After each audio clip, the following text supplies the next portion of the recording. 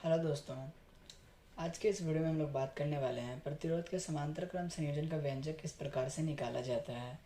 ये बहुत important question है और एग्ज़ाम में बहुत बार पूछा जाता है और पूछा भी गया है और ये बहुत इंपॉर्टेंट है। देखिए, इससे पहले हमने प्रतिरोध के श्रेणी क्रम संयोजन का व्यंजक निकाला है, तो उस वीडियो को देखेंगे तो आपको वो भी आ जाएगा। अगर आपने इस वीडियो को स्टार्ट किया तो आप इसे लास्ट तक देखो, आपको प्रतिरोध के समांतर क्रम संयोजन का व्यंजक निकालना इतना आसानी से हम सिखा देंगे ना कि इतना आसानी से आपने कहीं भी नहीं पढ़ा होगा। तो चलिए हम लोग इस वीडियो को स्टार्ट करते हैं। Let's go. देखिए, सबसे पहले आपको क्या करना है, ये इस चित्र को बना लेना है। ठीक है, यहाँ पे इस चित्र को आपको बनाना है और फिर कुछ भाषा इसी चित्र को देखते हुए लिखना है। देखिए, हमने प्रतिरोध R1, R2 और R3, ठीक है, इसको हमने क्या किया है, समांतर क्रम में ले लिया है। तो हम लोग लिखेंगे माना लिखेंगे माना तीन प्रतिरोध R1, R2 तथा R3 समांतर क्रम में संयोजित है।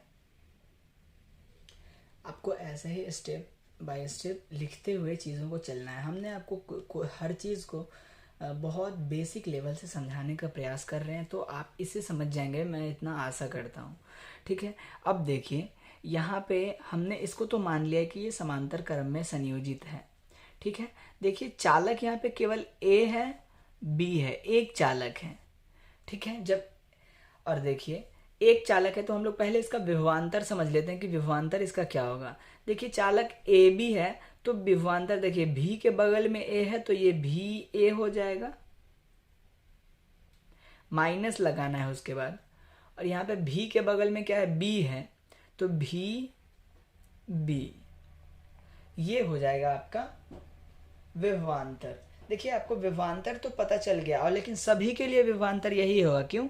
क्योंकि देखिए, यहाँ से हमने धारा को प्रवाहित किया, आई को, तो यहाँ धारा गया। अब इसे यहाँ से तीन रास्ते मिल रहे हैं, तो धारा इधर गया, चालक तो वही है, ए बी ही, तो इधर धारा I1 हो गया।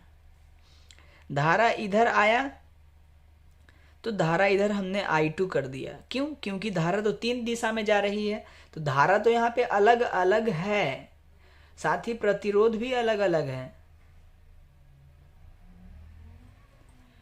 ठीक है, तो यहाँ पे हमने देखा कि धारा हमने यहाँ से प्रवाहित किया, तो यहाँ हम लोग देखते हैं कि धारा तीन है और प्रतिरोध भी तीन है, R1, R2, R3। अगर हम लोग पहले के लिए लेंगे तो I1 R1 लेना पड़ेगा, इसके लिए लेंगे हम लोग तो I2 R2 लेना पड़ेगा, इसके लिए हम लोग लेंगे अगर तो I3 और R3 ये लेना पड़ेगा। लेकिन विभवांतर हमें सभी के लिए VA माइनस VB ही लेना है। क्यों? क्योंकि चालक केवल और केवल यहाँ पे एक है। ठीक है, तीन प्रतिरोध है, तो प्रथम प्रतिरोध के लिए, दूसरे प्रतिरोध के लिए और तीसरे प्रतिरोध के लिए हम लोग काम करेंगे। तो पहले तो हमें यहाँ पे लेना है धारा का मुख्य धारा क्या हो जाएगा। तो देखिए, I से ही ना I1, I2 और I3 बना है, तो हम लोग क्या लिखेंगे, माना मुख्य धारा I हो, या फिर हम लोग डायरेक्ट लिख लेते हैं, यहाँ I बराबर I1 plus I2 plus I3 है। क्यों? क्योंकि I से ही, इसी I धारा से ना I1, I2 और I3 बना है, तो इसे हम लोग लिख लेते हैं।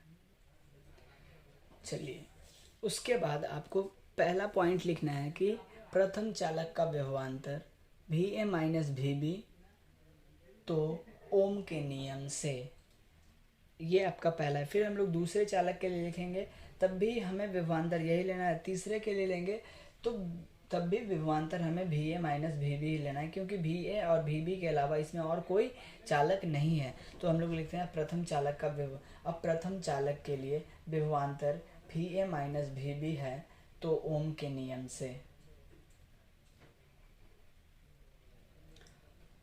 प्रथम चालक का विभवांतर VA माइनस VB है, तो ओम के नियम से। और ओम का नियम ये होता है, भी है यहाँ पे विभवांतर, उसका धारा गुने प्रतिरोध, ये होता है। भी बराबर होता है IR। तो भी जो है विभवांतर है, और यहाँ विभवांतर क्या है, VA माइनस VB। तो हम लोग लिखेंगे VA माइनस VB बराबर क्या होता है, IR। तो यहाँ पे लिखेंगे I1R1। क्यों? क्योंकि यहाँ जो है IR तो नहीं है, प्रथम के लिए इस वाले सेक्टर के लिए क्या है, I1R1 है, इसके लिए I2R2 है, इसके लिए I3R3 है। तो प्रथम के लिए है तो हम लोग I1R1 लिखेंगे। ठीक है, अब चलिए इसे हम लोग आगे बढ़ा लेते हैं। देखिए क्या करेंगे, हम लोग यहाँ से लिखेंगे VA माइनस VB को ज्यों का त्यों बट्टे, ये देखिए I का गुना है R के साथ, I का गुना है यहाँ पे R के साथ, तो यहाँ से हम लोग I को इधर रखेंगे, R को हम लोग बट्टे में ले गए क्योंकि गुना जो है वो बट्टे में बदल जाता है। तो यहाँ पे क्या हो जाएगा, ये R1 हो जाएगा बराबर I1। ये हो गया आपका समीकरण 2। समीकरण 1 हमने ऊपर बनाया हुआ है, इसीलिए हमने इसको समीकरण 2 बनाया है। तो देखिए प्रथम चालक के लिए ये हो गया। ठीक इसी प्रकार दूसरे एवं तीसरे चालक के लिए हमने लिखा, ठीक इसी प्रकार दूसरे एवं तीसरे चालक के लिए। तो देखिए दूसरे चालक के लिए क्या, देखिए आपको सभी की सभी चीज़ों को वैसे का वैसे रखना है। यहाँ पे आपको लिख देना है ओम के नियम से। चलिए देखिए आपको ज्यों का त्यों सभी चीज़ों को उतार देना है। यहाँ पे आपको उतारना है VA माइनस VB बट्टे, यहाँ पे आपको केवल लिखना है R बराबर I। अब देखिए पहले हमने दूसरे चालक के लिए कहा है, तो दूसरे को में लगा देना है आपको 2, क्योंकि धारा दूसरे के लिए I2 है, दूसरे के लिए धारा I2 है, और प्रतिरोध भी दूसरे के लिए क्या है, R2। तो यहाँ पे R2 हो जाएगा। ये हो गया समीकरण 3। तीसरे के लिए क्या हो जाएगा, हम लोग आगे देखते हैं। ज्यों का त्यों हमने लिखा, लेकिन यहाँ पे तीसरे चालक के लिए है तो आपको I3 और R3 कर देना है, और इसे बना लेना है आपको समीकरण 4। अब आपको जैसे ही तीनों चालक के लिए आपको मिल चुका है, I1 ऊपर है, I2 यहाँ है और I3 यहाँ है, हमने इधर साइड में यहाँ पे लिखा है। देखिए ये हमें मिला है। तो देखिए अब क्या करना है, आपको इन तीनों को कर लेना है जोड़, यानी जोड़ लेना है। ठीक है, तो हम लोग लिख लेते हैं समीकरण 2 + 3 + 4 से सभी को हमें कर लेना है जोड़। तो देखिए अगर हम लोग जोड़ेंगे तो बराबर के इधर वाले को हम लोग बराबर के इधर जोड़ेंगे, बराबर के इधर वाले को हम लोग बराबर के इधर जोड़ लेंगे। ठीक है, ये देखिए हमने इन तीनों को क्या किया, एक दूसरे के प्लस प्लस प्लस में लिख लिया। अब बराबर के उधर क्या है, I1 I2 I3, तो इसे हम लोग बराबर के इस तरफ लिख लेते हैं, I1 + I2 + I3। चलिए हमने इसको लिख लिया है। अब हम लोग इसमें समझते हैं। देखिए यहाँ पे हम लोग बात करें VA माइनस VB की, तो ये इसमें भी उपस्थित है, इसमें भी उपस्थित है, और इसमें भी है। तो क्या ये तीनों में है, तो क्या इसे हम लोग कॉमन नहीं निकाल सकते हैं? तो आंसर है कि निकाल सकते हैं। तो हम लोग क्या करेंगे, इसे कॉमन निकाल लेंगे। तो ये VA माइनस VB हमने निकाल लिया कॉमन। ठीक है, तो VA माइनस VB यहाँ से हट गया, यहाँ से हट गया, यहाँ से हट गया। चलिए इधर हम लोग समझते हैं। अगर यहाँ से हमने VA माइनस VB को हटा दिया,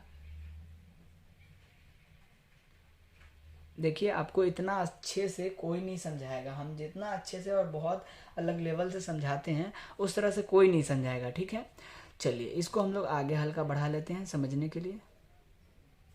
तो देखिए अगर ये यहाँ से हट गया तो क्या इसके ऊपर हम लोग 1 नहीं लिख सकते हैं? तो आंसर है कि लिख सकते हैं। किसी भी संख्या के ऊपर 1 लिख सकते हैं, नीचे 1 लिख सकते हैं, ठीक है।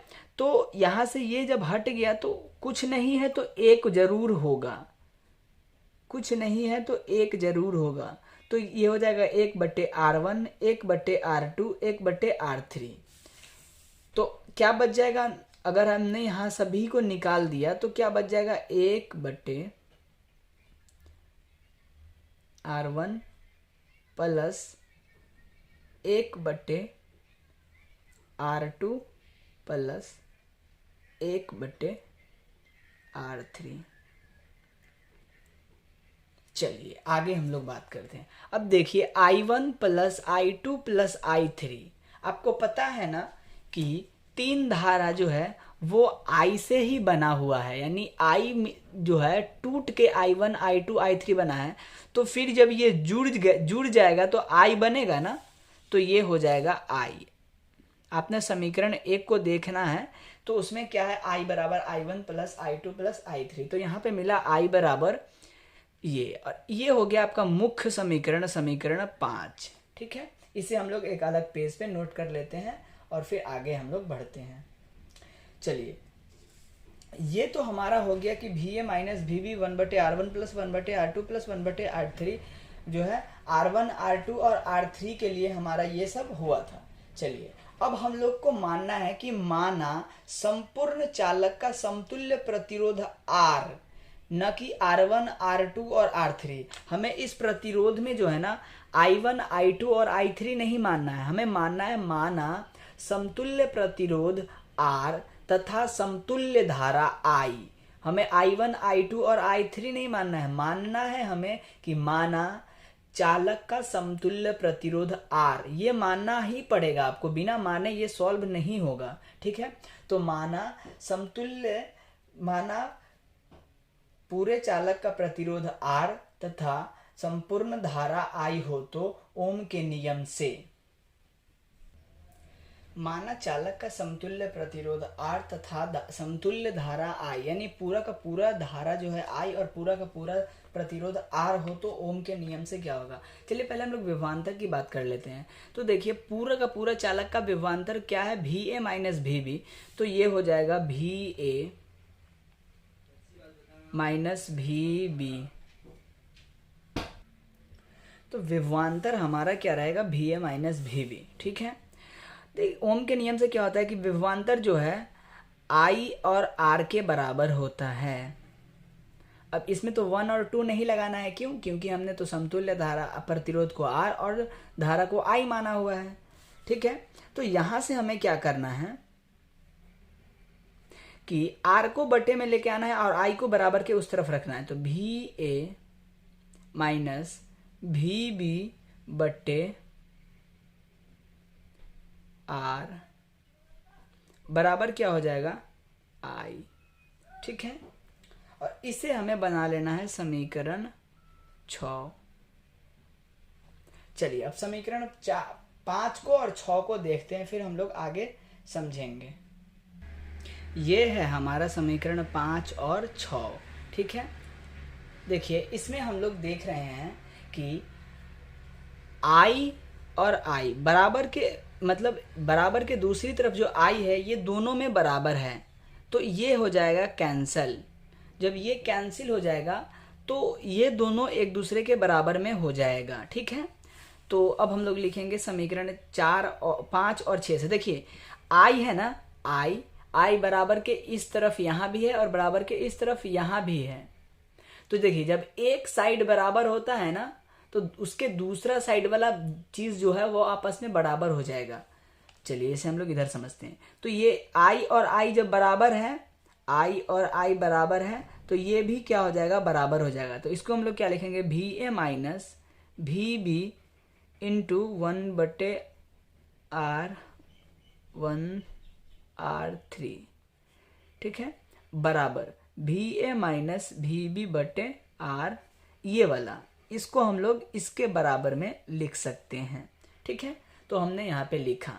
अब यहाँ पे VA माइनस VB से VA माइनस VB कैंसिल हो गया, तो इधर 1/R1। चलिए हम लोग इधर कॉपी पे समझते हैं इसको।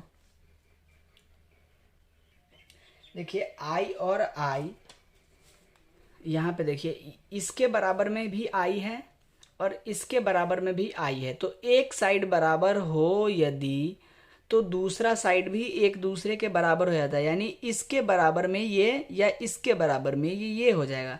तो हमने V A minus V B into 1/r1 plus 1/r2 plus 1/r3 के बराबर में लिख लिया V A minus V B बटे आर। ठीक है, ये आप समझ गए होंगे। अब भी ए माइनस भी बी यहाँ है और भी ए माइनस भी बी यहाँ है, तो दोनों हो गया कैंसिल।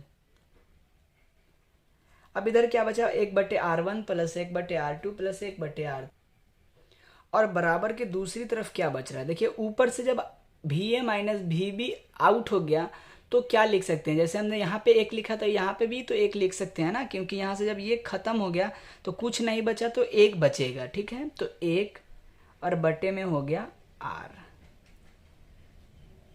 इसीलिए